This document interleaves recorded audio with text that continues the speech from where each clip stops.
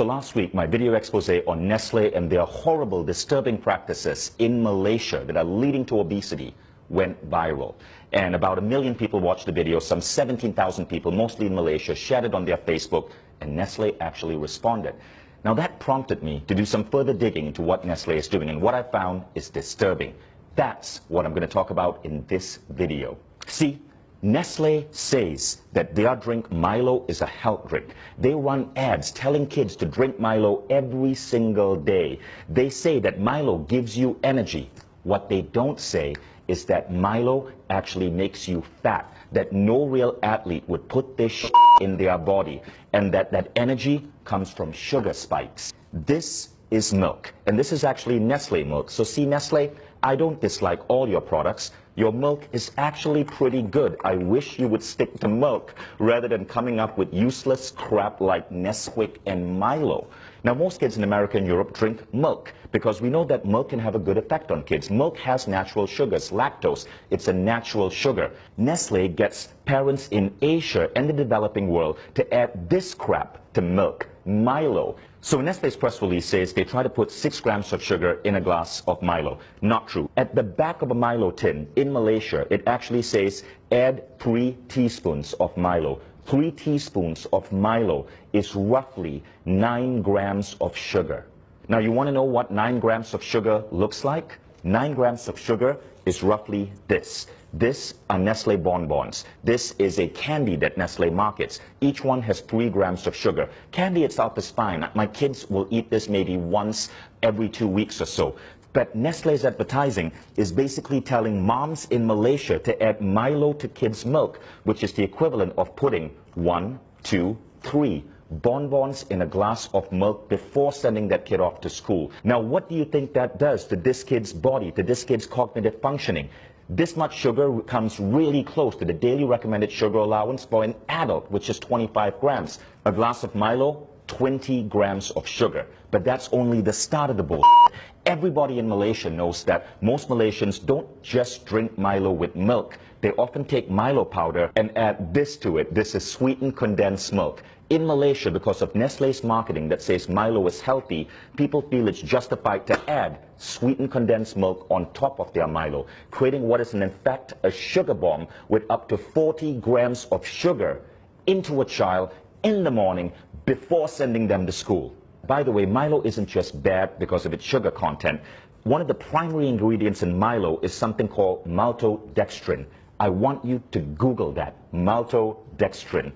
This is what Nestle is having us put into the bodies of Malaysian children. Now, if you think Nestle is content with just screwing up kids' milk drinking habits in the developing world, think again. This is what a reader sent me from Australia. In Australia, the Nestle ads for Nesquik, their chocolate milk drink, says, make ordinary milk into extraordinary. Ordinary milk is a nutrient-dense drink that's healthy for kids.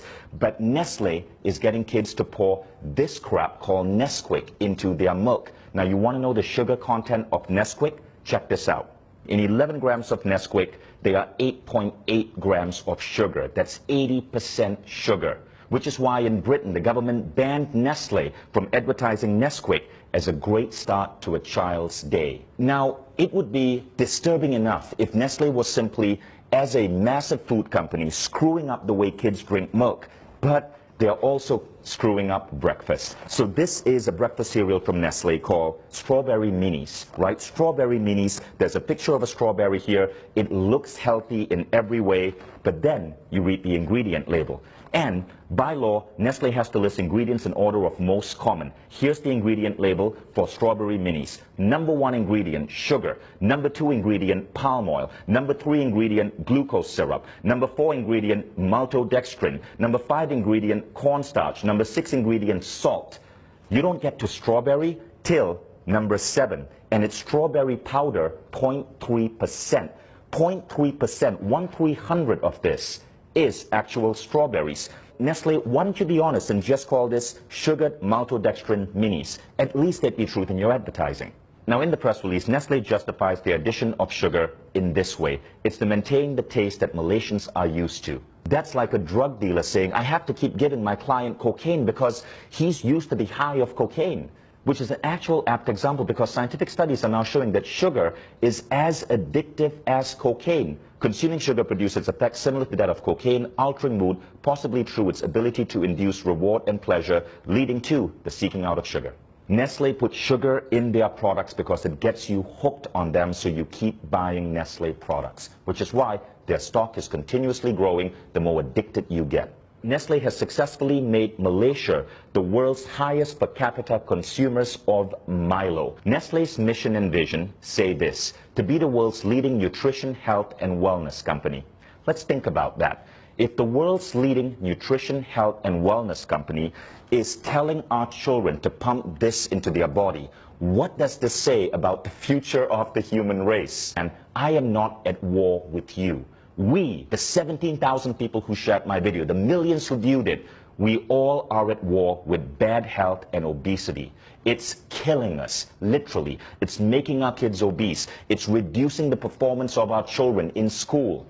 All we want you is to be on our side and to live up to your damn mission.